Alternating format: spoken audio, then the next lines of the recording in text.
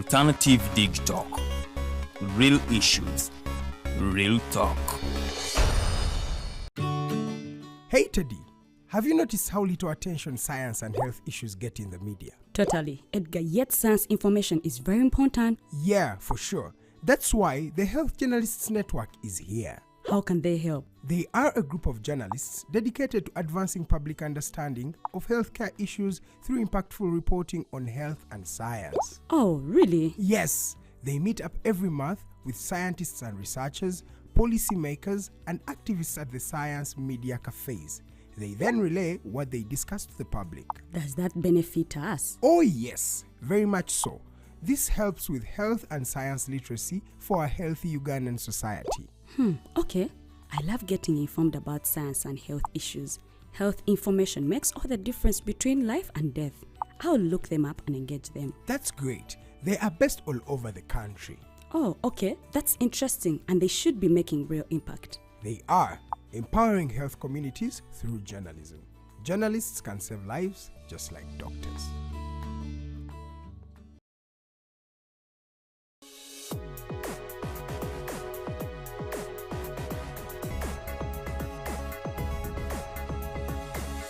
The Alternative Dig Talk. Real issues, real talk.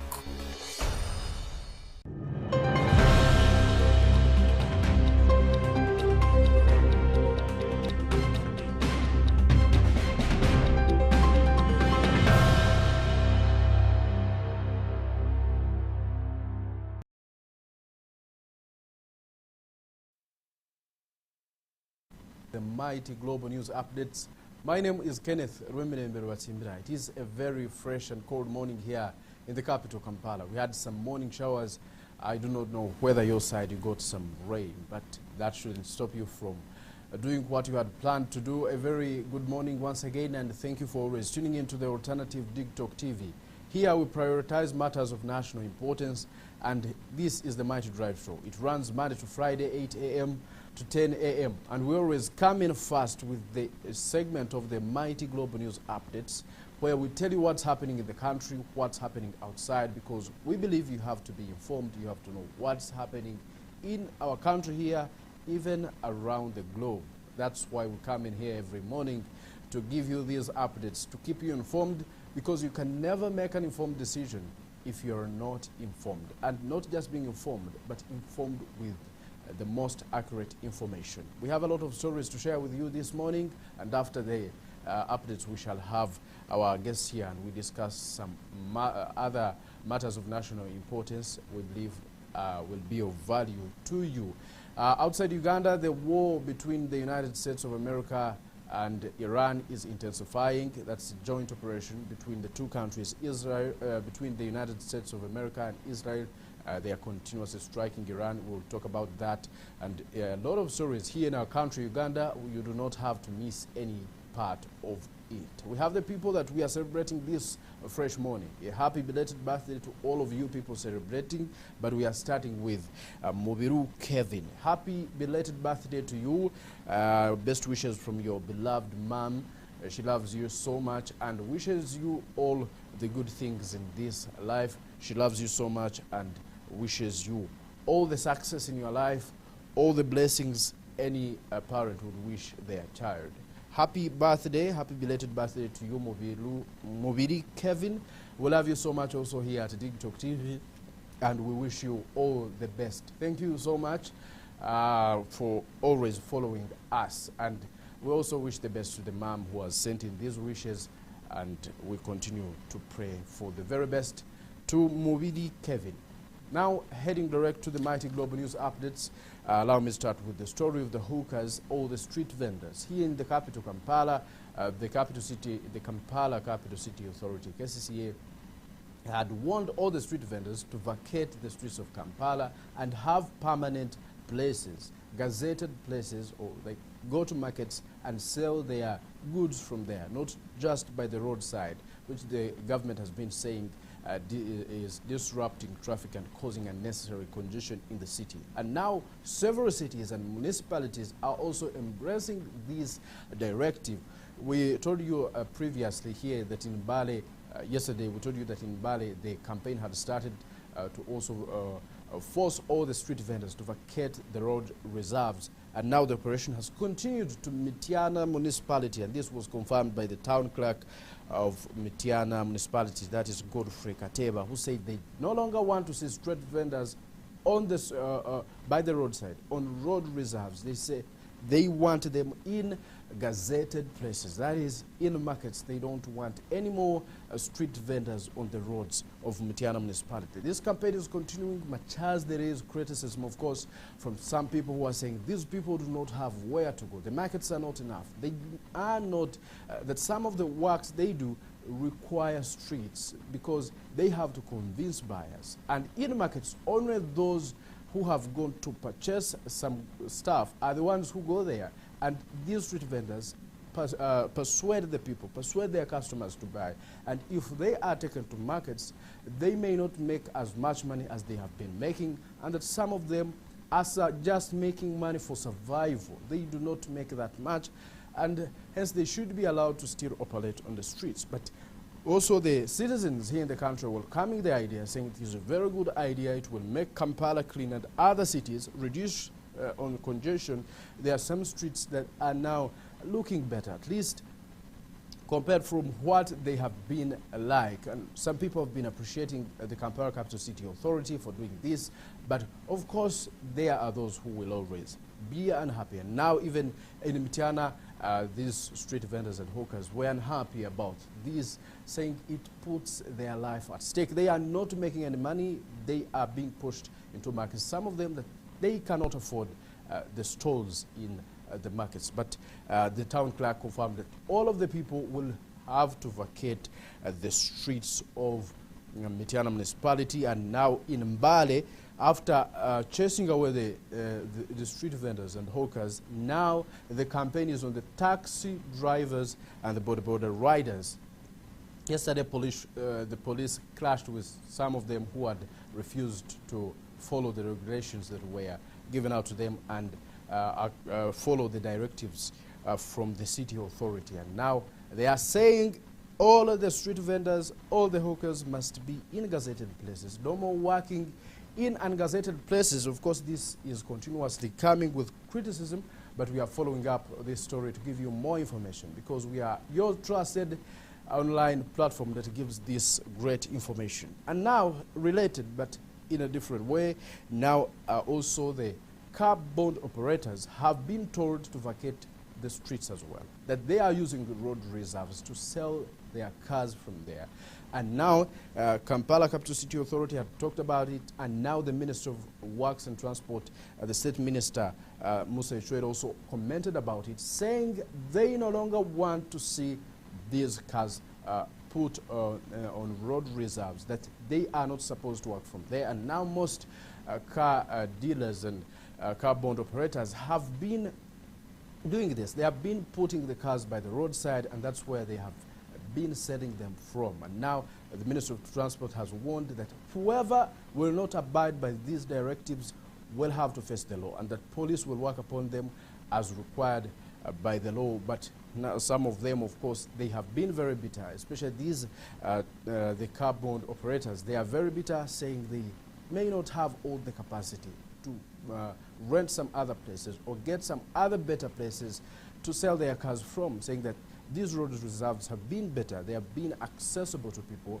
and they are close to the road, which puts their businesses on clear display. And now they are not happy with the directives of the Ministry of Works and Transport, but the ministry says they will not favor anyone on this. They have to get gazetted places, no more working on by the roadside, on road reserves. They say this will not be tolerated. It is causing accidents. It is causing traffic jam in town, that they are taking over the roads, and now the vehicles have nowhere to pass, and they can't tolerate that, which leads to accidents and loss of innocent lives. That is also the information regarding that as well. Now, away from that, but on a sad note, a P5 people committed suicide in Wakiso.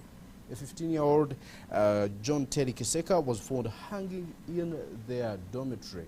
And now this information is of course, sad, but the school said this young people had just joined them at Kololo Junior School.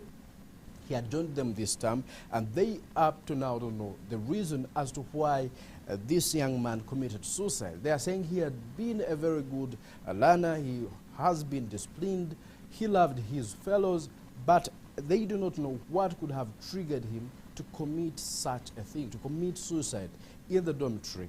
And they are now, the police has responded saying the investigations have kicked off, but the parents have not yet responded on whether their child had some other mental illnesses. But what the teachers say and what the fellow kids have been talking about now the late John Terry Kiseka, they are saying he has been good. They had not seen any sign of him committing suicide, but some are saying this could have come from home. Maybe he was being tortured at home. Maybe he had some mental disorders that could have triggered this, although they say they had not seen any signs of this, but just suspecting that this could have triggered him to commit such a thing. Of course, some others tying it to maybe spiritual things, saying maybe there are spiritual attacks. Maybe someone in their family committed suicide, and there are those who believe that if any family member committed suicide, it is very likely that some others in that lineage will also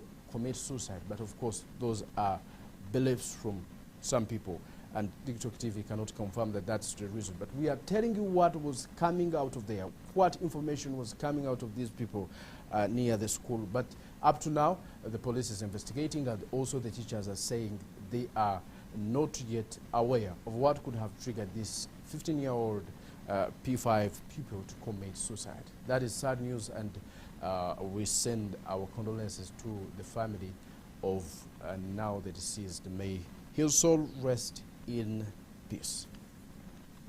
Now, in our other news, of course, we have also learned that there's a blind man who had been reported to have defiled a young girl.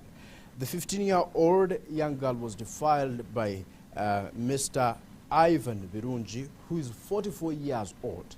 Now, we are saying he defiled because he confessed to have done so before a grade 1 magistrate court in Mukono, and now he had been sentenced to 7 years imprisonment, and there are new cases coming in, there are more charges coming in. They are saying he did not just defile, but he kidnapped this young girl. He was working with some other people who helped him get the girl because he is blind, and now they had to bring in the girl. That he was using other people to help him find a girl, and that group helped even in kidnapping this young girl, taking her to the home of Mr. Birungi Ivan, a 44-year-old, and that's where he committed this great and this very bad offense of defilement. They are saying there is more evidence to come regarding this, but up to now, Mr. Birungi Ivan says he did not kidnap the girl, that the people he had asked to find a suitable wife for him brought in this 15-year-old girl, and since he is blind, he could not identify the girl was below age, below 18 as required by law to make consent. But Mr. Birungi Ivan says he was misled by these people who he had asked to find a wife for him. He's 44 years old. He says he has never married before, and now he was looking for a wife, but the group of his fellows that he had asked to find him a wife brought in this young girl, and he didn't know, but he accepted that he defiled her. But up to now, he is saying he did not kidnap the girl, that everything was properly agreed on. But now the investigation are continuing, and the prosecution says they are bringing in more evidence, pinning Mr. Birungi Ivan. That's very sad, of course, for this young girl who had to face such a hell of defilement. And we condemn such, but we are continuously following this story to find out more, to see what even happens next, or whether he will be charged or sentenced even to more years in prison. Outside Uganda, the war between the United States of America and Iran in joint operation, of course, with Israel is continuing.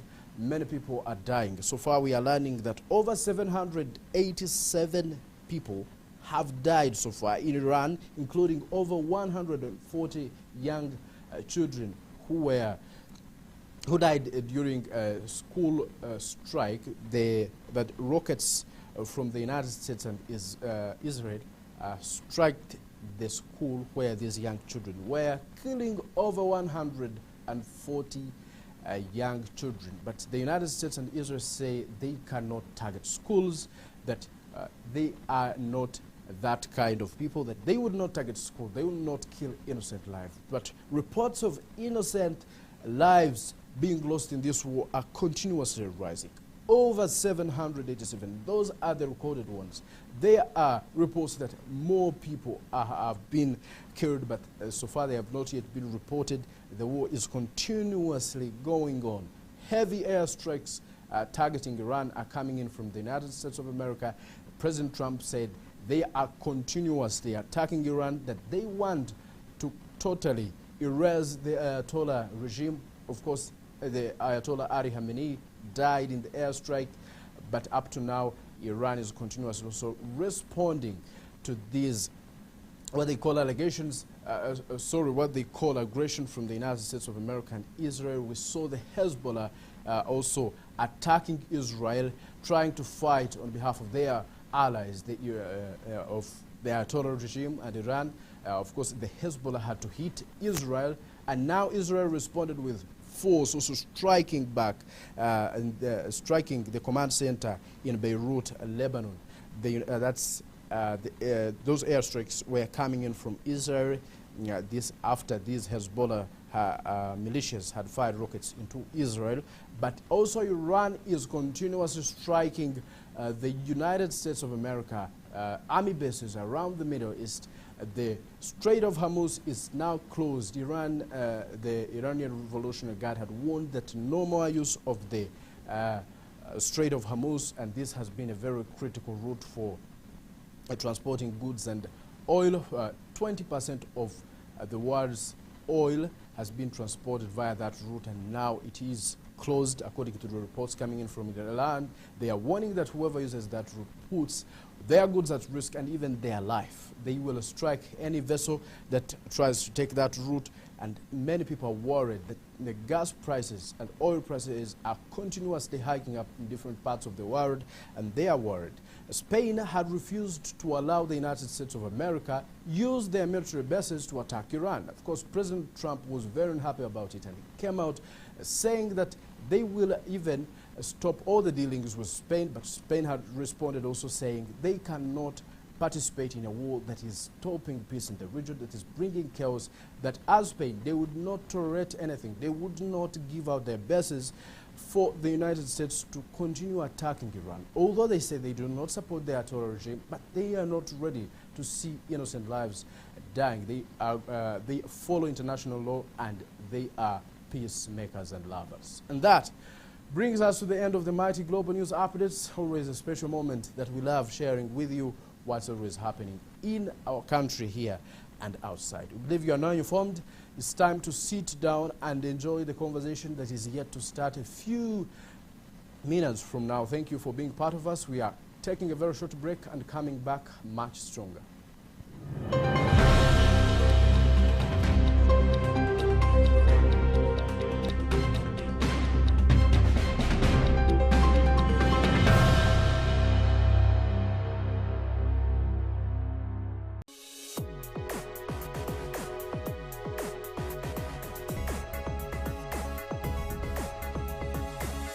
The Alternative Dig Talk. Real issues, real talk. Hey Teddy, have you noticed how little attention science and health issues get in the media? Totally, Edgar, yet science information is very important. Yeah, for sure. That's why the Health Journalists Network is here. How can they help? They are a group of journalists dedicated to advancing public understanding of healthcare issues through impactful reporting on health and science. Oh, really? Yes, they meet up every month with scientists and researchers, policymakers, and activists at the science media cafes. They then relay what they discuss to the public. Does that benefit us? Oh yes, very much so. This helps with health and science literacy for a healthy Ugandan society. Okay. I love getting informed about science and health issues. Health information makes all the difference between life and death. I'll look them up and engage them. That's great. They are best all over the country. Oh, okay. That's interesting, and they should be making real impact. They are empowering health communities through journalism. Journalists can save lives just like doctors.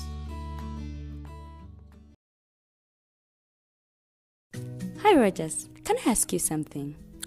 Shoot. What does corruption mean? Well, summarily, corruption is abuse of public power for personal gain or for the benefit of a group to which one owes allegiance. For example, when a public office is abused by an official accepting or soliciting a bribe. By the way, private people can be corrupt too, like bribing police officers to escape fines. Okay. So exactly how does that concern me? Well, do you pay taxes? I guess, yeah. What does that have to do with this? Everything. Because those taxes you pay are supposed to facilitate services you use, like water, electricity, roads construction, medicines in hospitals, name it. Okay, that is much bigger than I thought. But it can be stopped, right? Well, yes it can, although it may not be as easy as it sounds. And here is the reason why. Corruption roots are grounded in our country's social, political, economic, bureaucratic traditions and policies. So, what has kept it going this long? I mean, why don't we stop it? Well, the main reason why it has been here for so long is because institutions are weak, either as a result of poorly defined ethical standards of public service, weak administrative and financial systems, or ineffective watchdog agencies. What can we do to stop it? At a national level, we must focus on strengthening the independence and effectiveness of public institutions that fight corruption. At a personal level, we must commit to never giving a bribe. I promise I'll never give a bribe. Well, that's a great decision you have made. Me and you now have to spread this message to all our friends. If we all do our part, corruption will be no more. This message is brought to you by Alternative Digital.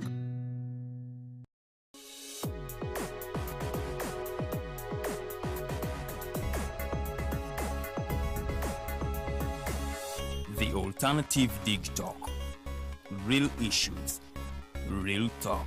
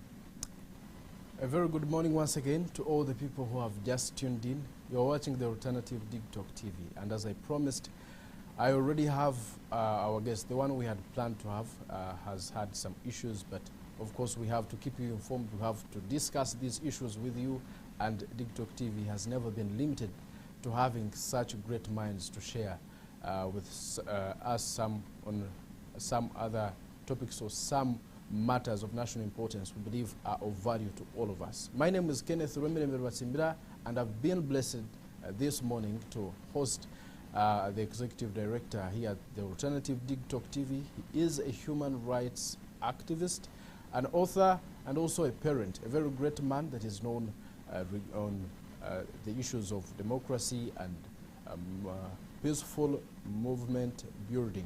We are very honored to have you, sir, Mr. Tumuhimbise. Norman, say hi to our viewer on the Mighty Drive. Thank you, Kenneth, and our viewers. I suppose that whoever is watching would enjoy the show, but most importantly, they are keeping live and safe, but also they are trying their best to ensure that they create a better present and also a better future. Okay, thank you for joining us. Recently, let's head straight. Recently we had Jazz with Jaja, and some content creators, some young people were invited at Kisozi to talk with the president, to issue out their challenges to the president, or to bring them to his attention.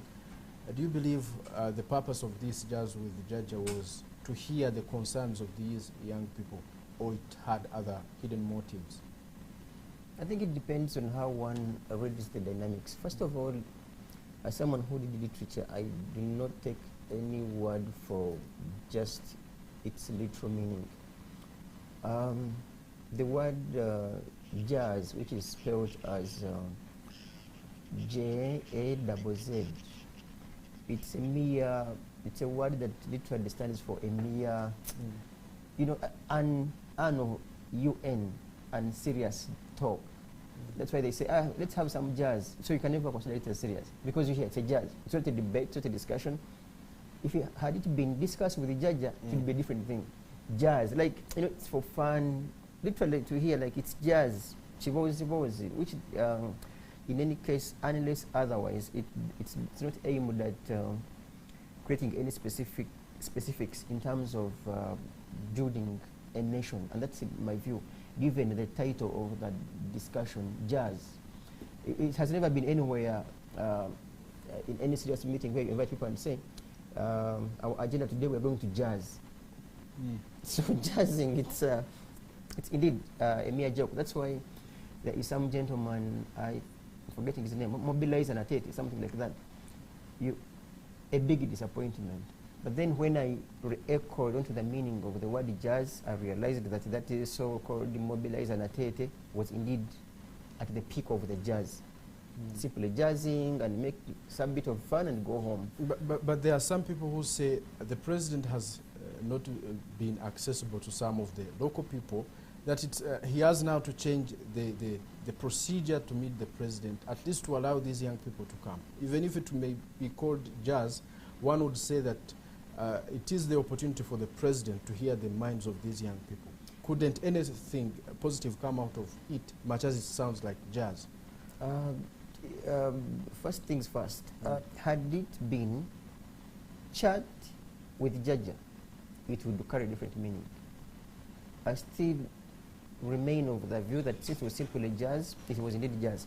Going to the bureaucracy that people go through to meet the president, I think to him that's a big achievement, it's a big success, that he created, even when it wasn't as serious, he created a room for young people to meet him and make this discussion very, in fact not a discussion, make the jazz as informal as it was. The yardstick becomes, after he had mentioned, even when they sounded 80% unserious in terms of, as you hear the word jazz, and he literally took them to be serious. That is why even when the mobilizer Atete was making his comedy, the president was like, what is he saying? He paid attention, because I followed the entire discussion from the beginning to the end. The president was serious. The invitees were the opposite. So where he achieves is after he has executed his pledge of 5 billion. When he does so, he will have achieved.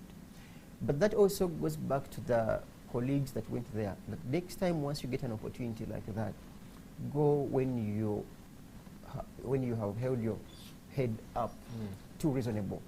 I remember the gentleman asking them, what do you mean? What are you packaging? What do you have? And it was a battle for them to explain what exactly they do.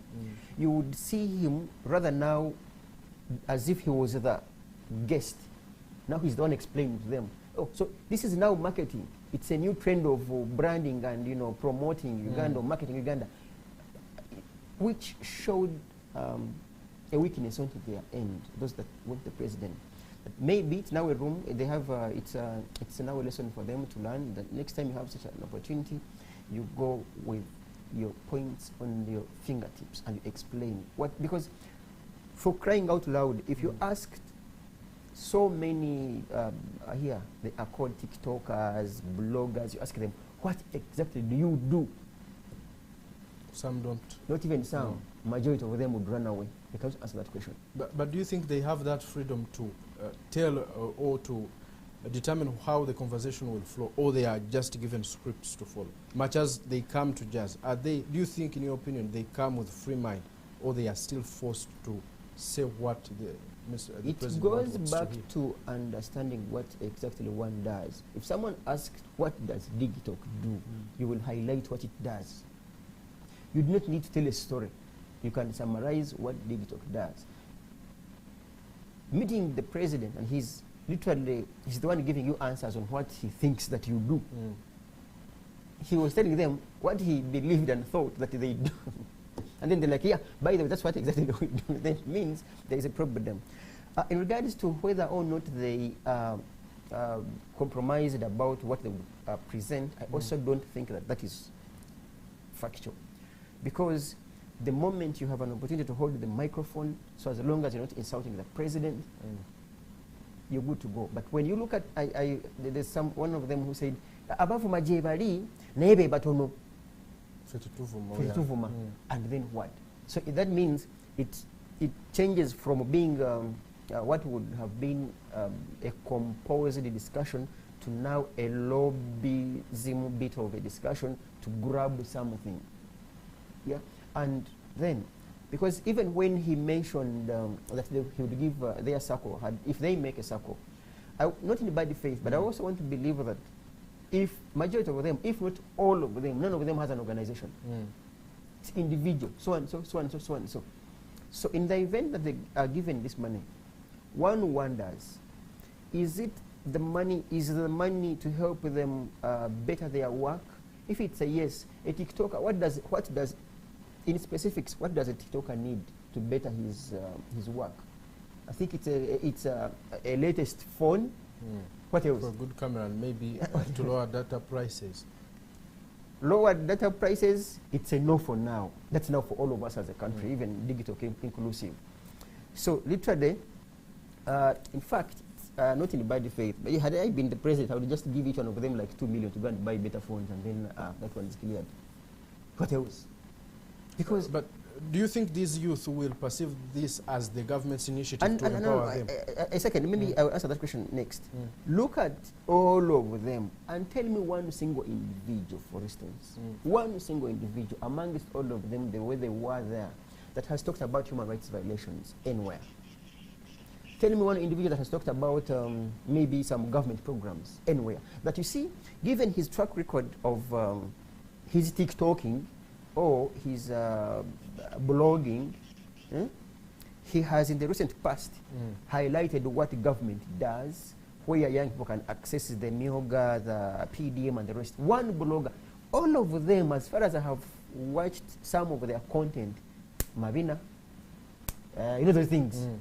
Now, someone who is Mabinanizing everything has to be taken through a strong orientation to transition from the marginalizing his content to now nation building. Yeah, so that alone, I think, and yeah, the president for some reason he may have some bit of goodwill to changing them, but the goodwill that he may have vis-a-vis their bad will, things don't work that way. They will still continue going back even after they have returned. Look at what they were talking about after they are returned. Nothing changed. So there is a big problem with your generation, which I certainly don't belong to. I gladly left you there. So the very people who has been discussing issues of national importance, who has been in the recent past talking about tourism in Uganda, has been talking about government programs, has been talking about the potholes, who has been talking about corruption, to mention but a few, so that we now know that they have come on board to help with the president and the coming government towards solving what they mentioned, but also helping them promote what we have at stake. None of them, in my view. They just discuss hips, they discuss bara. There's a gentleman who, not too close to me, he will discuss his belay. I don't know what belay is, but... I want to ask you this. The government, it seems the president sees it as an attempt to empower young people, especially those who are in content creation, in a way of solving the problem of unemployment, to see how they empower these young people. And now there are also reports saying that these young people, those who were invited at Kisozi to meet the president, perceive it as an opportunity to take money, go eat and just survive. Do you think other young people will learn from this to see that they are empowering the digital creators, or it is just a way of getting access to the president, getting money, you eat, and it stops from there?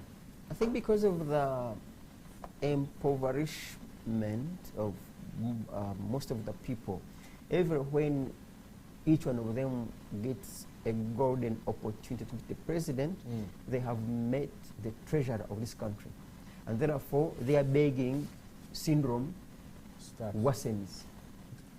That is why a one who, aka Runabi, was like, yes, because he knows that there may not be any other opportunity to do one, to trick the president. But to say, in my view, those gentlemen and few young ladies, if I were in the president's shoes, I would get them, either forcefully, all of them, take them somewhere for an orientation with an expert to teach them about how their work ought to be done, to change their mindset from the promotion of Mavina and the clubs and the Waraji and, of course, insulting people and abusing people. You see, there is a problem in this country that TikTokers consider themselves to be very, very, very important than anyone of us. Yeah? They insult, they abuse. When you look at their wars, it is just very unbecoming of them. So what I thought would be done to better their work would be convening them, get some expert, because the government has capacity, even if it meant hiring a foreign human resource to orient them. Because when it is also sad for every TikToker and the blogger and whoever is on social media to simply say, I am a content creator. Excuse me, what type of content do you create? As in, what type of content? Impact it has. And what impact does that content bring on to nation building? Most of them, if not all, I can hardly get my phone and watch with my daughter their content. And that's not the content that people want, in my view. In fact, I doubt whether the very colleagues can play their content and what they always do on social media, and they put it onto a big screen and they watch it with their nazaras. Those are mothers-in-law, fathers-in-law, brothers, sisters-in-law, and their daughters and sons. I doubt whether they do. Some of them could be even having, I don't know how many letters on their passwords to bar their children from accessing their phones or even ever know what exactly their content is about. So you don't simply mention content creation. The question should be, what is the content of the content you create? The content of the content, or call it the substance of the content you create. The core. What is it? Mavina? No. My taxes shouldn't be given to someone who mentions Mavina 24/7. No, it should be the other way around. Not in bad faith, but these guys should be, if they do change their mindset and now transition from the content they've been creating and add the substance in the content, would be grateful. And then my taxes, which is going to be part of the 5 billion to be given to them, I would be grateful for them. That, yeah, are they promoting Uganda? Are they, not even simply promoting. Where there is a problem, a governance issue, do you raise it? That's what some of the bloggers do outside, some other countries. Not necessarily to simply look on and then you beg the big man and then he gives you the money. In fact, you'll be shocked even upon receiving the money. You see the exact wars and how they can insult one another as soon as they get the money. Do you think after getting this money, after being empowered, will they still be able to voice out what's not going right in the government, like criticizing the government for any wrong thing done? Like when have they ever criticized it? Maybe some have talked about what is not right. We pray that we hope, okay, we pray. The concern here is, it should, empowerment ought to be gradual. It depends on how, on one's status, and then you say, this is how far I can empower you. This guy's empowerment does not begin with finance empowerment. It begins with the mindset empowerment. Yeah? It begins with mindset empowerment. What do I mean with mindset empowerment? It means the content, the substance in the content they create. That is first. That's the first thing to empower them about. That, look, guys, stop obscenity, stop with this. Now we want to move forward as a country. Because obscenity amongst bloggers and amongst the TikTokers doesn't build the nation. It rather breaks the nation. None of us would want to see any person talking about obscenity. Yeah? So even, do you know, they have those bigger words, and they are now common words to be used. Yeah? And that's not the nation we want. It's what the public wants. Not what the public wants. Even if they, okay. Because those are the people who follow them. They have numbers on social media because of what they say. And some of them were on mainstream, they never had that following. But after changing what they talk about, after talking about these words you're condemning, and now they are gaining followers, they are even invited because of what they say. Well, now this is where they should take advantage of that. That now that they have the numbers, even sinners have gone to churches and repented and turned into, I have read back the day, I think in Divinity A-level, about Saul becoming Paul. So these guys can also transition from the Sauls and become the Pauls, the social media Pauls, than the social media Sauls. Yeah? Changing this nation for the better. I do not think that any one of them who has children would have time to tell their children that, look, come and speak obscenity in the future, that's how you're going to survive. You get? Maybe they were desperate. Maybe. So let us highlight the maybe and the desperation. After you have gotten an opportunity to be changed and empowered, change the content. Because we know for the fact that bad things have so many followers. If someone stripped naked on the street, and the opposite side there is a preacher, he who or she who is naked will have bigger numbers than the preacher across. But what does that mean? The fewer numbers across of the preacher should not lose focus, but rather do it repeatedly and change those obscene and people who are obsessed with obscenity. And that's how the world moves. Because if there were no obscenity amongst what TikTokers do, it means the numbers you're talking about wouldn't follow them. They would have nothing to follow but to follow what is there, which is sense. So you guys, you're the ones who give even, you determine what to give your audience. Yeah? And gradually, the numbers will grow. And even if they don't grow, those are the numbers you have. Okay, so tell me, if the very numbers talking about demanded for the bloggers to run Kampala Road naked, do they now have a marathon of naked people because that's what the numbers want? Most likely no. So in my view, they shouldn't be pushed by the pressure of the viewers, or rather of the followers or whatever it is. If they begin giving them content, it means how evil our nation has become. So he will remain with the holy ones who will follow useful content. Whoever wants to see nudity should undress themselves and look at themselves in the mirrors. In not their just own rooms. Yes, they are. Because what are they talking about that these guys don't have? Their followers have the same things that the bloggers talk about. So if you feel you want to be attracted, undress yourself, go to the mirror, look at yourself, and then you're like, wow, this is me. So rather than waiting for a blogger to now do it for you. Do you think the government should now regulate the online ethics? Should there be regulations as they empower them in they empower them financially, do you think the government should now come in to also talk about their ethics and put guidelines on what they have to say? Surprisingly, to many, I am one person who not fully believes in too much democracy. That's my, I think, and that's my theory. And I think you cannot, sure, all of us ought to have freedom of speech, freedom of expression, but in my view, for some reason, for purposes of also building a nation, there are some things that ought to be kind of checked. Yeah, because you can't wake up in the morning and as early as 8 a.m. someone is speaking those those huge words.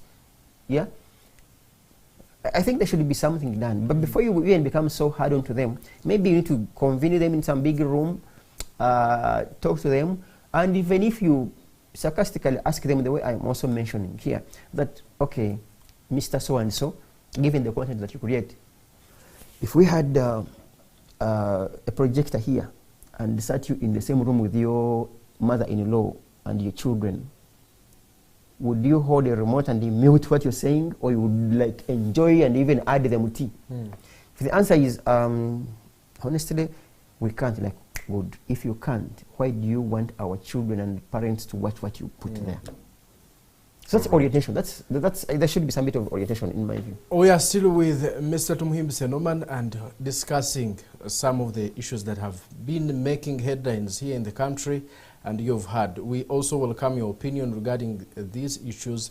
What do you talk of the recent judge with Jaja? Do you think it will benefit all the people, the youth, all the content creators? Do you think the government should find a way of regulating what these people say, to make sure they stick to the ethics of journalism and they do not harm the society through the words they share? And I want us to cross now, Mr. Tumuhimbise, to the issue of the we had the Tade Sita Thanksgiving. The UPDF had that Thanksgiving with their commander-in-chief.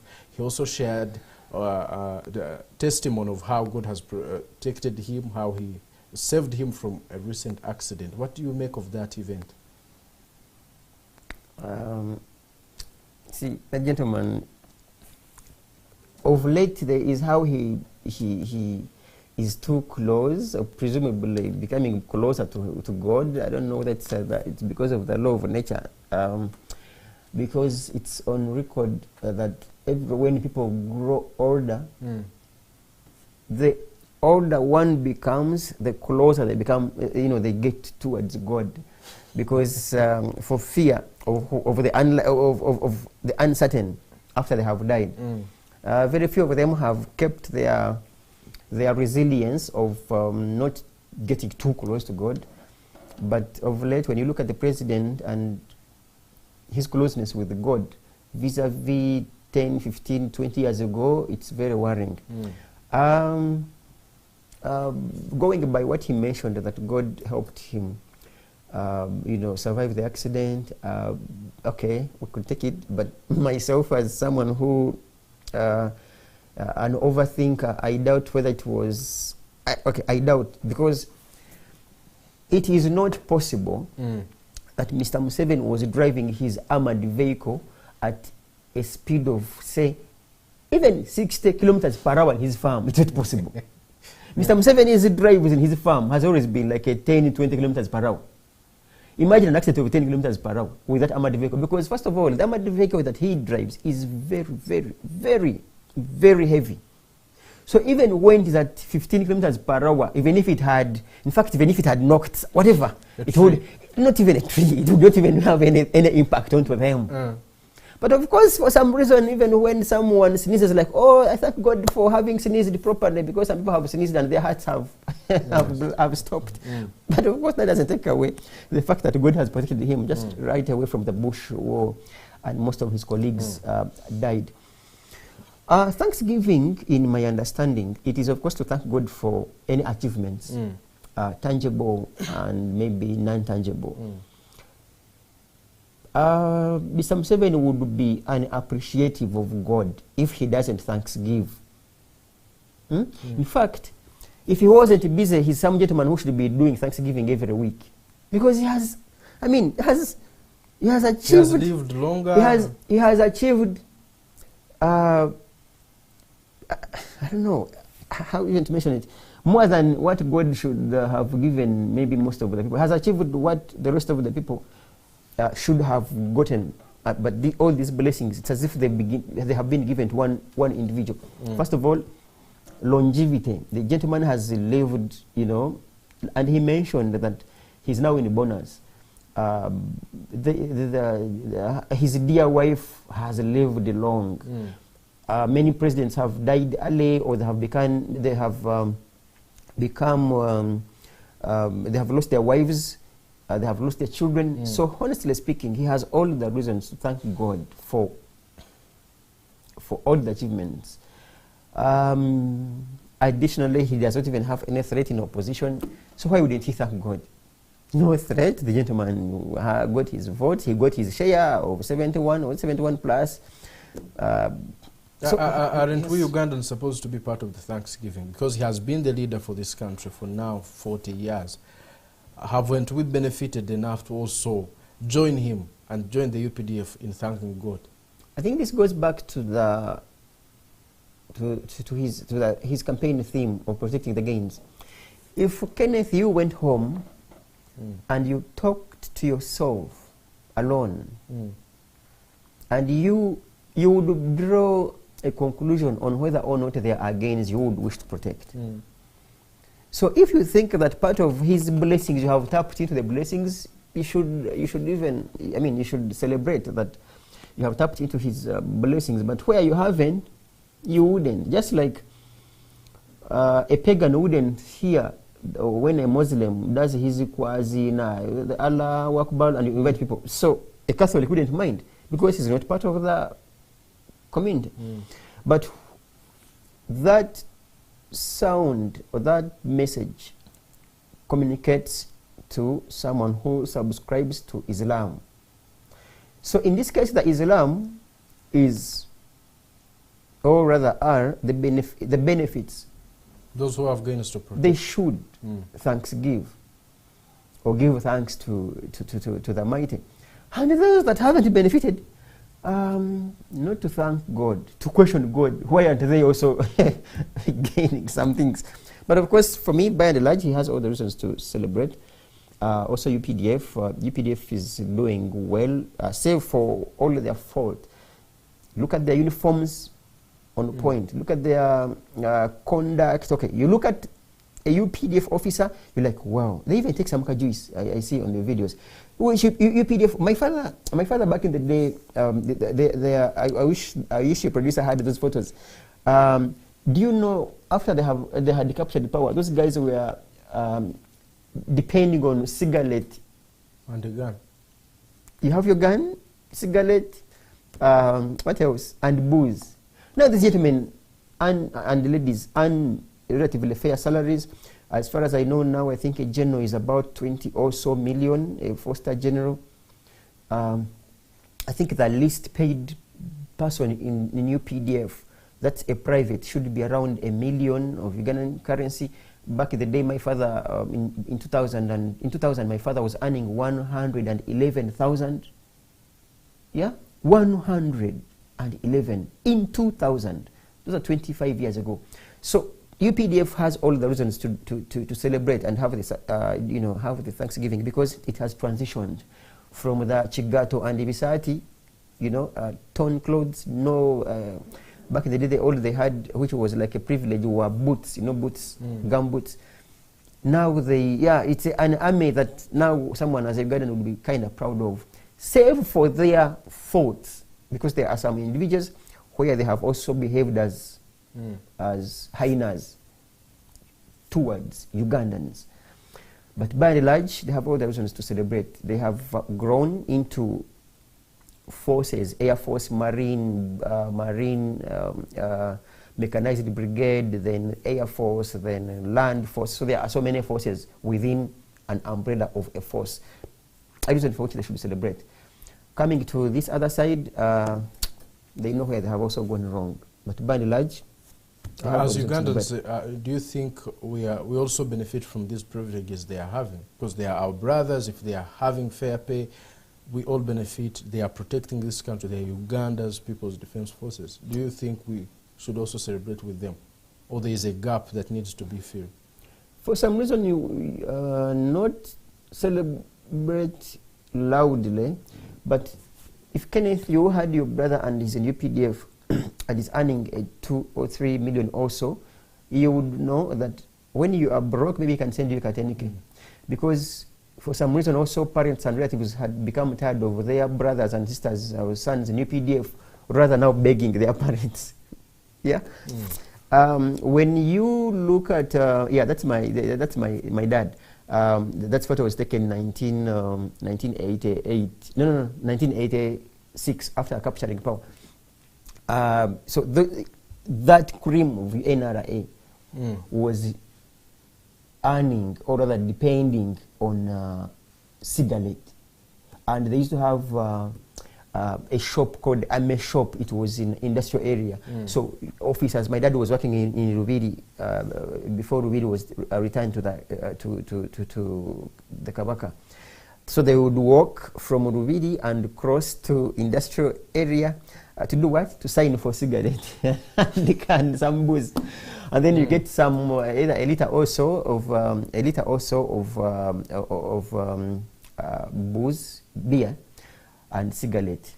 Later alone, they transitioned, they kind of developed, and then they were giving them those who had the capacity to have, however fake a house would be, they would give them iron sheets with a mark NRA, and I saw those iron sheets home. And then cooking oil in tins with USA. Then some beans, charcoal, and posho. In fact, now this takes me back to the president's statement of Okore Kidachonka. So NRA between 1986 to 1990 something would be I think mid 90s. They were working for Kidachonka, but now they are working for some Kamani, not Kidachonka. Now they also work for the Kamani. So where you have, we would be proud seeing an officer dressed well. You know, we are not a laughing subject or a laughing matter in the neighborhood.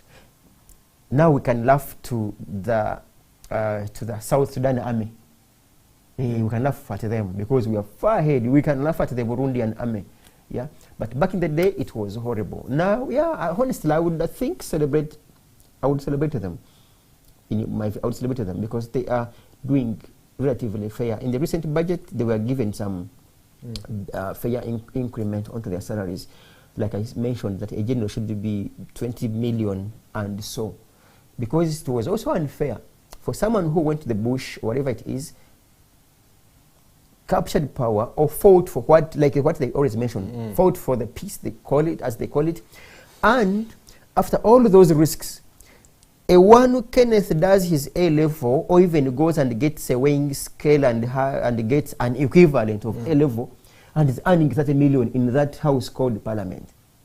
Yeah. So I think if it's about sharing, they also deserve to be paid best because they go through a lot of pressure, a lot of stress, a lot of risks to ensure that they protect all of us as citizens. You talked of the welfare of the then army. Even now the welfare is still lacking. I will sponsor your movement to go to, you don't need to enter Mbuya barracks, just to reach Mubs.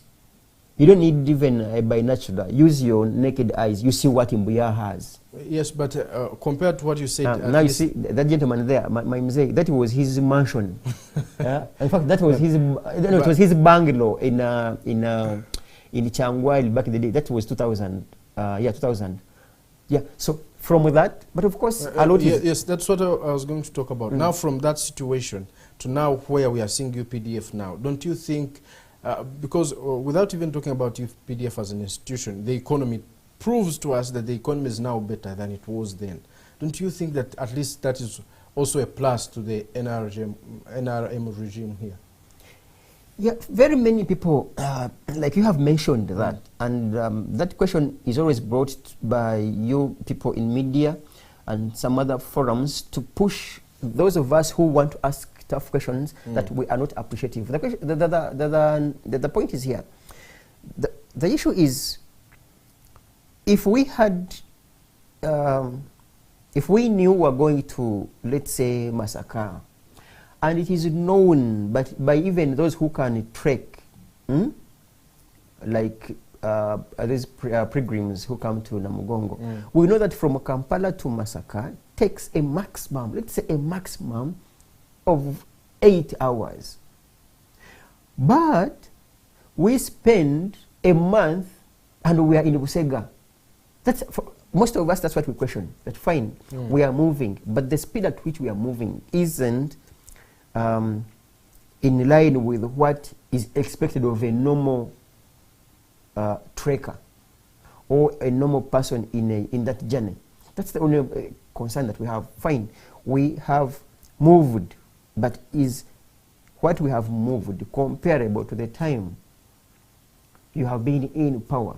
Because if being in power and you chest thump yourself for making a lot of tax revenue collections, we ask, okay, after I have collected this much, why would you put this huge amount in defense? Why would you put this huge... I was discussing with some elder somewhere, whose name I will not mention for now, and he got close to one of the insiders, very close insider, and this gentleman told my old friend that no, stop your jokes. The national, the security budget, in its totality, is about 40 or even 50% of your budget, and people do not know, because once they mention about the defense budget, people run to think it's UPDF alone. But I can assure you, most of the monies and our revenue goes to ESO, RDCs, crime preventers, mentioned but a few. Equipping all those people. And that calls for an interrogation. Why would someone invest all that huge amount? One of the reasons could be it's a fair room for people to swindle the money because it's not questionable, because they also call it classified, meaning its file is kept beneath anyone who's in the vicinity. Meaning, what is hidden, you don't know how many rats are going to bite what is hidden. Because if you don't want something to be bitten by rats and cats in someone's house, there should be light. So in the darkness, every rat comes and it bites its chunk. So to say, the question is, we have not progressed as where we ought to be. You look at this road, the Northern Bypass, and now you look at the, in town at, I think it's what, Clock Tower. Honestly speaking, all such infrastructure should have come to us maybe 10 or so years ago. But it's coming now. It's coming now. But at least it is coming. And that's the syndrome I have always preached against, the at leastism syndrome. At least we have, at least, no. Compared to the time, are you not trying to rush the situation or development? Because would you expect it to happen in just 5 years, given the current population and the state of the economy? But in a country where you lose over close to 10 or so trillion in corruption, and we ask you to curb, to fight the corruption, and that money be put in development, we are not bad. In fact, we are good people. We are reminding you of what you ought to be doing. The concern continues to remain that when you compare the period and the amounts of money you collect from us in terms of taxes vis-a-vis what it does, we ask questions. It's not balancing. If it's the balance sheet, it's not balanced. The president was talking about the issue of corruption. He said, yes, there is corruption, but solving corruption alone wouldn't put Uganda where Uganda wants to be. That there are other challenges that the NRM government has been working upon. Finding a global market for the products produced here, bringing people into the money economy, that the focus shouldn't be just on corruption. That even if there was no corruption, the country would still not develop as required. That they now have to embark on, now, like what I've talked about, markets and involving money, involving people in the money economy. Do you think corruption has been the root cause for this slow development? Sadly, of late the president, I consider him now a believer. He's getting closer to God. But when he mentions that, I now consider him as a dishonest man. Very dishonest. You mention money economy, but the money is being stolen. money economy. So where did the money come from when the money is being stolen? That's a contradiction. Two, the first problem of Uganda is about money. The second problem of Uganda is money. The third problem of Uganda is money. To mention up to the 10. In fact, the first 10 problems of Uganda is money. So where the first 10 problems of Uganda is money, and even the little that you collect is stolen, that's trouble. And this is how it affects us. Where the president, through URF and the Ministry of Finance, find a deficit in the revenue collection, this is what they do. They will come and tax everything that is even ought to be untaxable. We shouldn't be paying this much on social media, or rather on internet. We should, literally, internet should be free if such monies weren't stolen. We wouldn't be paying taxes on mobile money. Someone gets 10,000, what to send it to the old parent? Remember, this very young man is earning peanuts. So he gets 10,000, what to send it to the mom or the dad? It is taxed. You get? Something in space, it is taxed. And then you ask, okay, what do you invest in as government to call for those taxes? So he is dishonest. Fighting corruption. In fact, if I were to run a presidential campaign at some point, even if I mentioned a 1-point program, what is that? Fighting corruption. Because once you fight corruption, you save a lot of money back. What do you do with that money? You even stop borrowing. Because one of the reasons why we borrow is because we have no money. And it's not that we have no money. We have the money, but the money is being stolen. Even that is not stolen, there is no value for money. So even that we remain with, when it is spent onto a road gets spoiled in a month. And what happens? We go back and rebuild the very road. I hail from Masaka, and I use Rwera, you know. Crooks got a contract, constructed that road. A few years later, the bridge sank in. They are now redoing the work, and not from the money we gave them inter alia. From now, new money, a new budget, not just that alone. Ginger Road, Hoima Road, to mention but a few. So, stopping corruption brings about pure development because the money is there. The money is there, but the money is being stolen, and even the little that is being spent is misspent in terms of quality service. So there is no value for money. So Mr. Museveni is dishonest to say that Uganda's problem cannot just be corruption. In my view, just like so many, it's corruption. All right. You talked about, while referring to the Thanksgiving, you said President Museveni has a lot of things to thank God for, including that he has no opposition. What do you talk about the opposition? Don't we have opposition in the country? Of late, we have proposition. Now, when the elections were done, we ceased to have opposition, in my view. We have now proposition. Why we have proposition? It's because most of the colleagues who had even promised to us, to Kukabanja, to demand for their victory, to mention but a few, one of them is on the run. When he chose, I don't know, when he chose or when he was coerced or forced to go on the run, it's as if he ran with the party script of how he would demand the victory. So not even Rubongoya, not even Senyonyi, not even any of them in their hierarchy has access to what the principal had on paper to demand for their victory, or for the victory of all of us.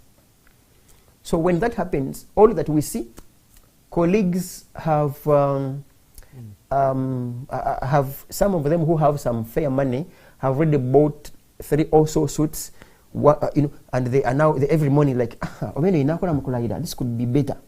Asking their fiancés, what suit do you think would be suitable on my swearing in? Those who don't have money have already like, but I went through. So didn't you give me some cologne? I have to appear very, very, very decent, during our swearing in ceremony. Those are the ones, those that have no money. Then, in their minds now, most of them, is to how do we now win 2031 elections and continue proposing. So the focus is different. Unless you don't see things the same way I see them.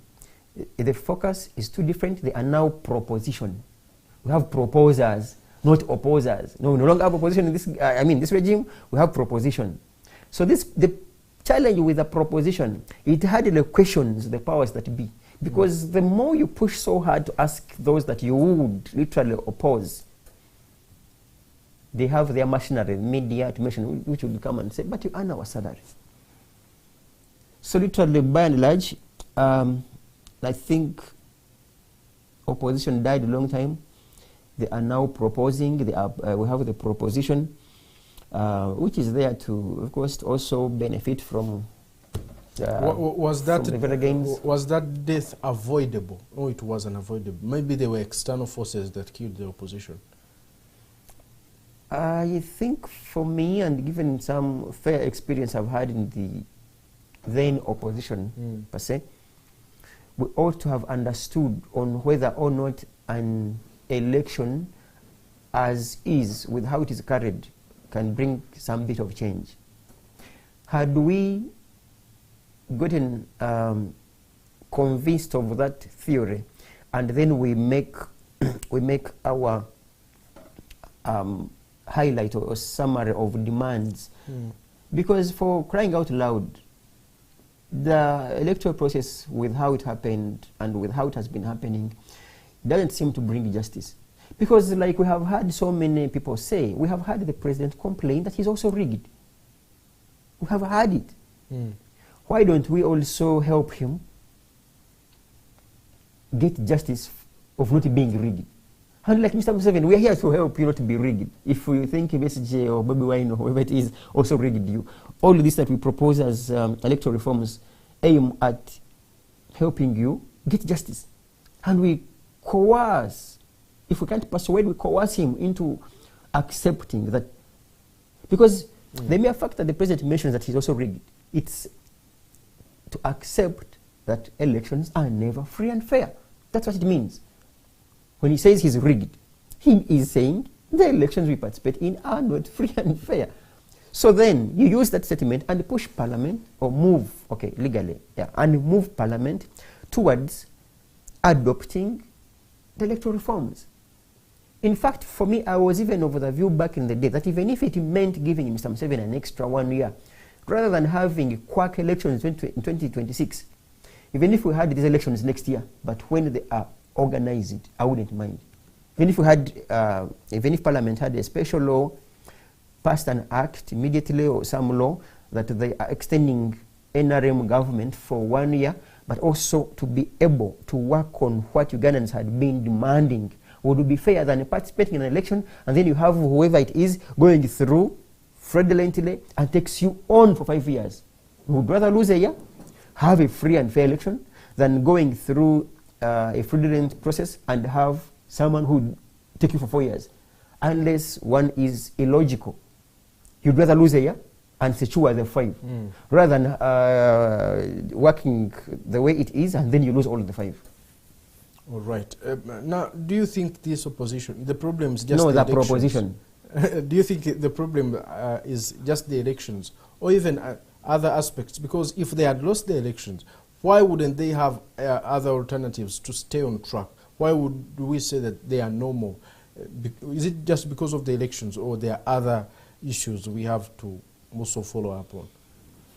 Some of the issues, or rather, some of the opportunities they should have tapped into would be reorganizing. But reorganizing goes with the resources. I was watching some gentleman on one of the TV shows, and he was like, there is no political party that has, say for NRM, there's no political party that has, say, 100 million in its account, at least as of now. 100 million. Just 100 million.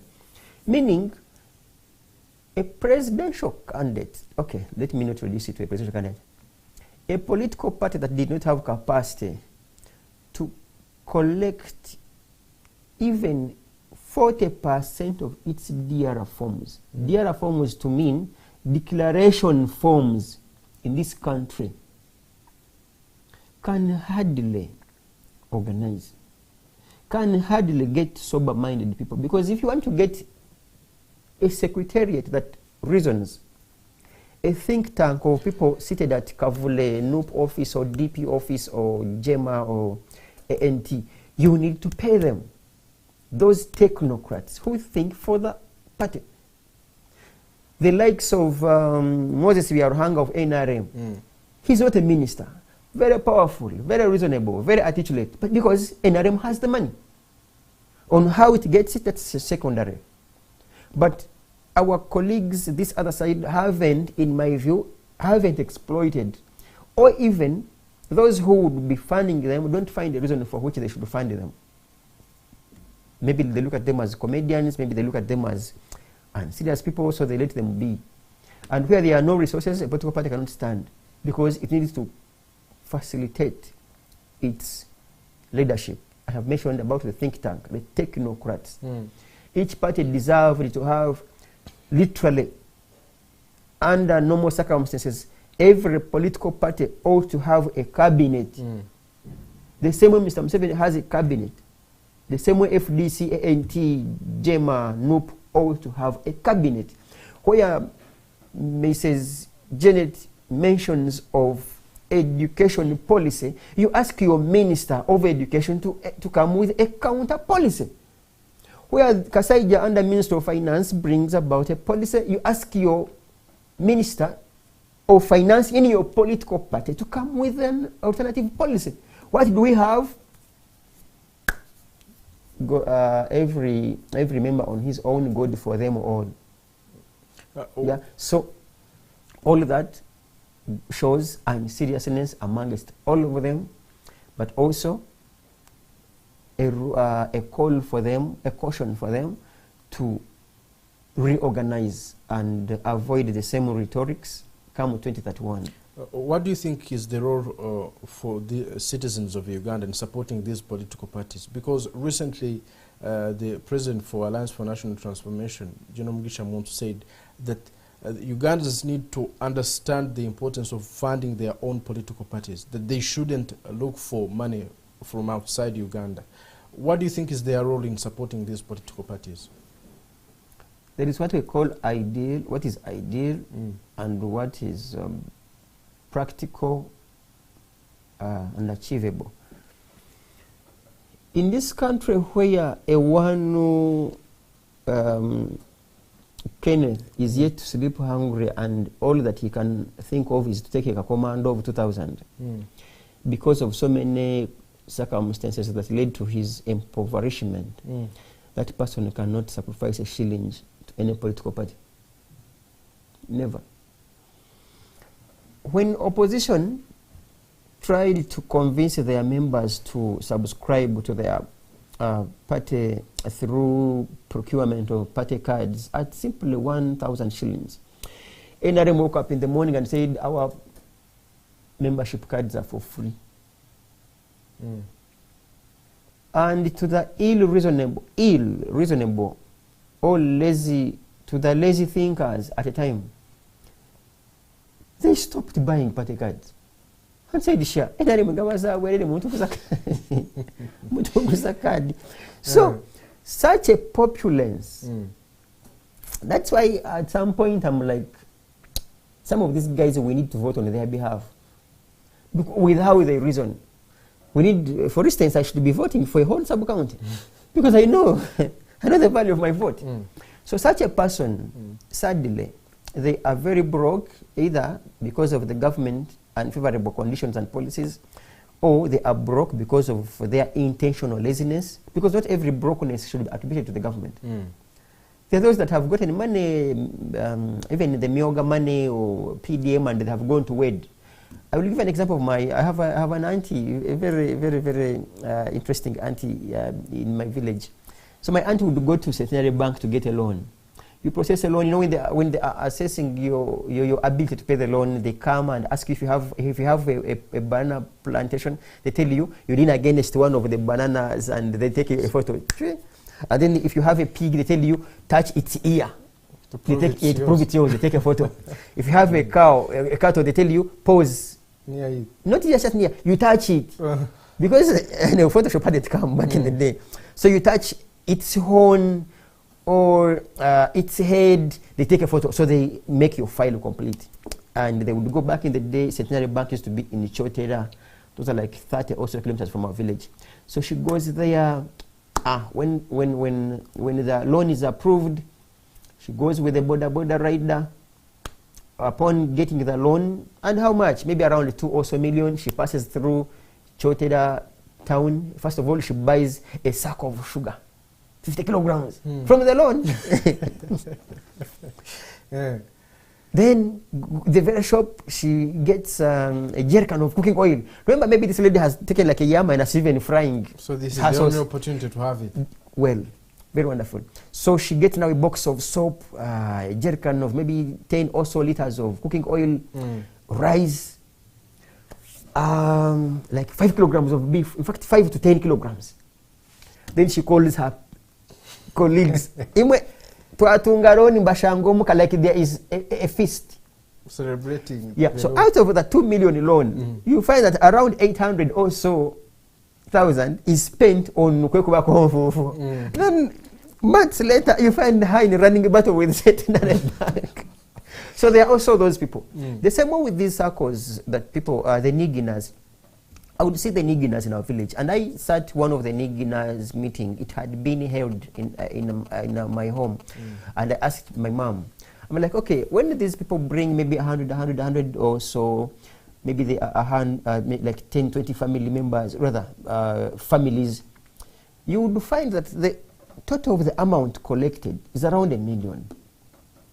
Terms and conditions of giving you the money when they come onto your home is you prepare them lunch. So guys on that day don't dig. By 10 a.m. they are in your home. So you buy them bread, you buy them sugar, take tea, then buy half of a whole cow in terms of beef. And then matoke, rice, they should have a special meal. So after collecting like 1 million or 3 million, half of the money is more or less spent on what you buy them. Then I was like, I advised them in my village. I said, members should contribute money to feed them, which is not part of what they give the beneficiary. At the end of the month, Baganda called them Evina. Those okay, literally I think the word now becomes a circle, so whatever it is. So that's how they literally transitioned from the ill reasoning and financial indiscipline to financial discipline. That so that it stopped looking like after the guys have gone, you count the amount of money you have remained with. Doesn't even make sense. Then you have to now, you need to say circle. Now they begin paying. If the other month they gave Kenneth, the other month they will give Norman, then Jeremiah. So you have to then look for money to pay the other person. When they left in a deficit. But they transitioned. They kind of now, they changed. So even those that are broke, some of them, it's intentional. It's not about about the government. It's about their ignorance, financial ignorance and financial indiscipline. Back now to sum it up, such a broke citizen can never contribute anything to their political parties. All right, let's, as we come towards the conclusion, let's head to the issue of the speakership race in Parliament now. We are learning of that President Museveni has endorsed and they have endorsed the current Speaker of Parliament now, Right Honourable Anita Among, and the Deputy Speaker Thomas Tayebwa. There's tension between now this camp, the NRM camp, and Honourable Norbert Mao. What do you have to say about this? If it is true that the President with SEC have anointed and or seconded Triple A and Double T, and Among and Thomas Tayebwa, I can assure Mao he shouldn't even dare. but also as someone who goes beyond the surface when it comes to such dynamics, you may find that it could be Mao's strategy to put some bit of pressure and negotiate for a bigger post than maybe prime minister, maybe vice president. But how do I achieve this? Is putting too much pressure, and I'm like, okay, the president ought to sit me down and say, no, get out of this. I'm like, okay, I get out. What is my take? Maybe I will give you this more stronger ministry. It could be. Yeah, you highlight could. It could be a strategy for him. Secondly, he might have chose to do that just to throw his stone into the bush and see how many birds will fly. Now he has known, but also to understand, rather to also deliver the Northern Uganda voice, which I have always mentioned here, that Northern Uganda, like Mao mentioned, and if you do not go by the literal meaning, or rather interpreting when he said they got an accidental speaker, I want to believe it was not meant to ridicule and undermine Anta Among as an individual. He meant, people just took the literal meaning. But if you go by contextual interpretation and the literal meaning, rather, and the golden rule to interpret his statement, he meant that the speaker that is there was literally accidental. Because had Olanya not passed on, there is no way how Anta could have become speaker. So that's what he meant. So the hidden meaning therein was to say that the speakership of Olanya was Okuroza to sample. So he thought that as Northern Uganda as a bloc had justifiable reasons to come and reclaim the 4 years or so that Olanya could have had. Then, to the contrary, you hear that lady saying that she has to serve 2 terms, each of 5. So does she mean to say that even after she has finished these 5 years, she will also claim that I haven't finished my 10, they should add me those months that Olanya served with, so that they can become so that I can complete my 10 years. Yes. You get? Because that argument is also invalid. I think for me the issue shouldn't be the sense of entitlement. It should be, what do I have to bring on table as a Speaker of Parliament? This is, I want to take this seat because I think with me we can achieve A, B, and Z. Not, you see, this is very unfair, it's just 10 years. No. In fact, even a Speaker should be voted out of office even if such a speaker has spent just 1 month, so as long as they don't perform. You get? So the issue is about the substance. What do you bring on table?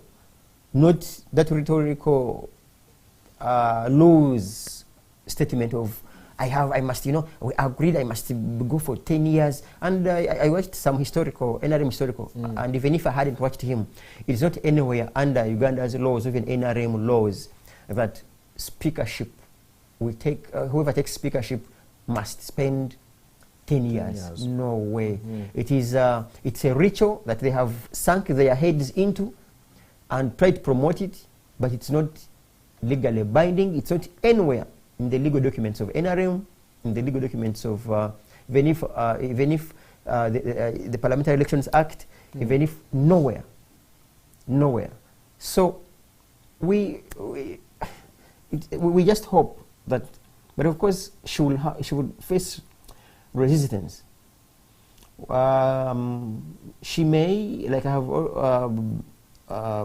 always said, she's a big spender. She may consider spending lots of money to ensure that she goes through.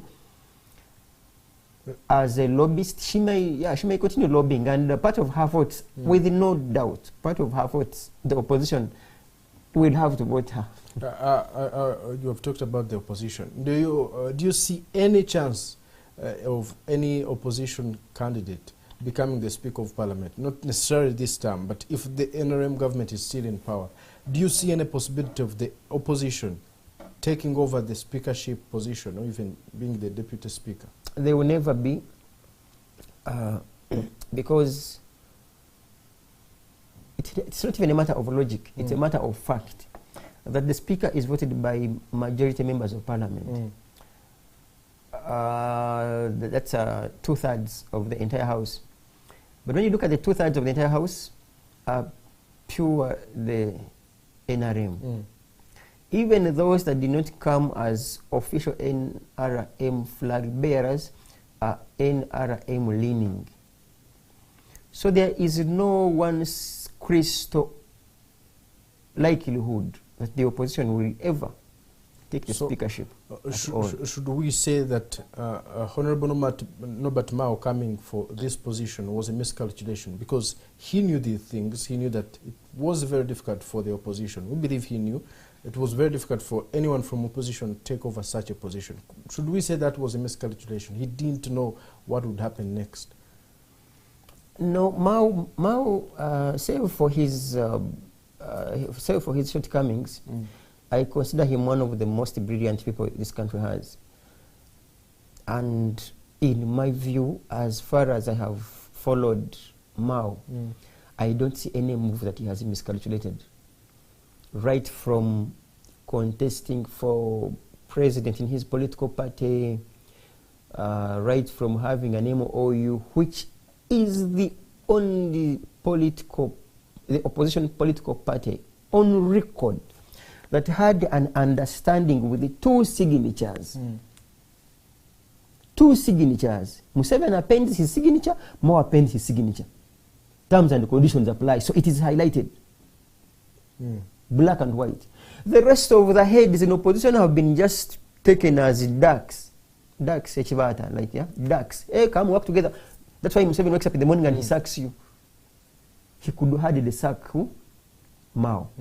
You sack him at your own peril. He will go with it because you have an understanding, which Mr. Museveni can. I mean, Mr. Museveni hardly put his signature on paper. There is no. I mean, he has not had even having his signature on paper between NRM and LRA, the CON back in the day. It was hard times, very hard. There are no rebels that, save for CON, there are no rebels, for instance, that have come to cross and work with Mr. Museveni that he has had a written agreement with them. He just convinces them, incorporates them in the army, gives their boss ministry, like Ali Bamuze, like Musa Echweru. Musa Echweru, I think, is the minister for disaster preparedness. He was also a rebel in Eastern Uganda. There were no specific documents. It's just one, a gentleman's agreement. But for Mao, he had his paper. There are the terms. The president went through, returned it, amend here, like, okay, fine, amended, took it back, they signed. So it wasn't a miscalculation. It must have been a calculation plus, first of all, thinking he would rely on their inter-area document and say, okay, now you give me a Minister of Justice, can I also tap into this? We don't know what is likely to come out of their discussion, because I can assure you there is going to be discussion. And once the discussion is had, Mao may withdraw from participating in this race. But he will not simply withdraw. Mao's withdrawal from this race is going to be conditional. Like I mentioned earlier, it's a give and take. I am giving away the contestation. What is my take? Which, by the way, which is also likely, because there is going to be discussion. In fact, there is going to be. There must be a discussion between the DP, of course, now represented by Mao and the Secretary General, on the other end, the President. Because it won't make sense for someone who has a working partnership with Mr. Museveni coming to contest and among who we assume, as the stories now circulate, is endorsed by NRM. It won't make sense. It's like having two twins and you are sending both of them to contest for LOC chairmanship. They are all your children and you send them to contest doesn't make sense. They will consider you a very unserious parent for not having been able to talk to your two twins. So Anita Among and Mao become twins, political twins now, to that regard. I will not be surprised if Mao doesn't contest. But why would Honorable Norbert Mao appear as much of a threat to Anita Among's success, to the extent that the NRM government would agree to maybe give him another position? Is he any of a threat to Honorable Anita Among? Because even if he... in Uganda so far, there are two regions so far. There are two regions that have what we would call kingpins. Two regions. One of the regions that has a kingpin is Busoga. Busoga, with its Mama Chakoba, bona chebakola bamukose ba ali bahude Mama Chakoba abandi chebakola ki chebakola. So that's one region. The other region is northern Uganda. Northern Uganda had, by in politics and the power center, they had their kingpins. In the army, they had Colonel Walter Ochola. He was LC5 chairperson Gulu. He passed on suddenly. They had gotten closer to power by having General Paul Lokech. Sadly, he passed on. They have had the Chief Justice, the first one in history, Owini Dolo, now retired. They had gotten closer to power by having Jacobo Olanya. Sadly, he passed on.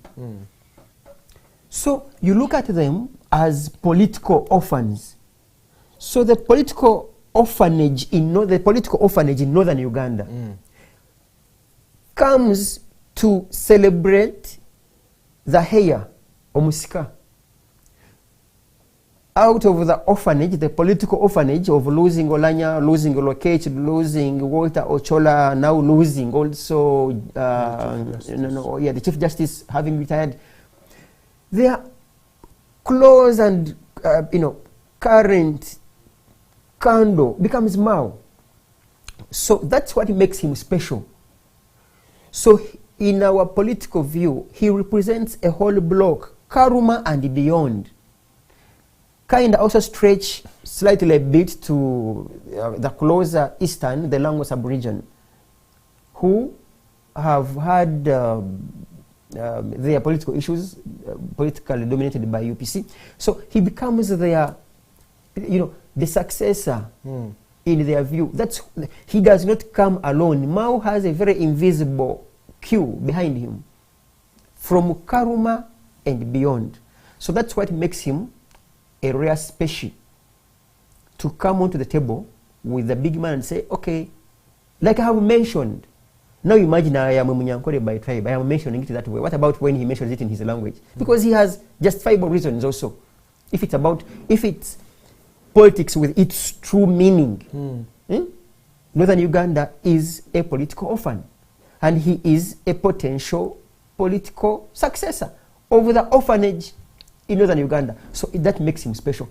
And even when he is convinced to withdraw from the parliamentary race, I can assure you Mao will have a very big position in the coming cabinet. That takes us direct to the upcoming cabinet now. There are people who lost, NRM members who lost the just concluded parliamentary elections, and now this race also showing that he could be part of the upcoming cabinet. What do you have to say about this upcoming cabinet? What new faces should we expect? Some of those you would say, this one has been very vocal, he is likely to be part of the new government. Okay, like they say, I may not be that tall like a giraffe to see what the political future has. but that does not qualify me to be a political dwarf. That I'm too short, that I cannot even. I'm not either or. I'm not too tall like a giraffe, neither am I too short like a dwarf. So I can't be a political dwarf. But to say what I anticipate in this coming government, first of all, the lobbying is on. The lobbying is on. As soon as we finished the elections, the lobbying started. Different religions started to lobby. Different regions. I started with religions, started to lobby. Different regions started to lobby. Different tribes started to lobby. And different sectors also started to lobby. What I anticipate rather is that this coming government is going to be a transitional government. A government that is prepared to transition, or rather to bring about the post-Museveni era. Because as he ages, take for instance, if we go by what the Constitution provides, that in the event that the sitting president is incapacitated, the vice president takes charge. That now brings a big question to the president when it comes to appointing his coming vice president. I want to believe that Alupo, I repeat, Jessica, Major, retired, may not come back as vice president. Mr. Museveni may choose someone he thinks that in the event of worst case scenario, this person is trusted enough by a team he will have left. First of all, his family, because Mr. Museveni's family's security and safety lies in his hands. So when he's also and of course, and his brother Salim. So when he's appointing the vice president, it has to be without any doubt that in the event of worst case scenario, the same trust and fears can be addressed by who is likely to succeed him in the event of the worst case scenario.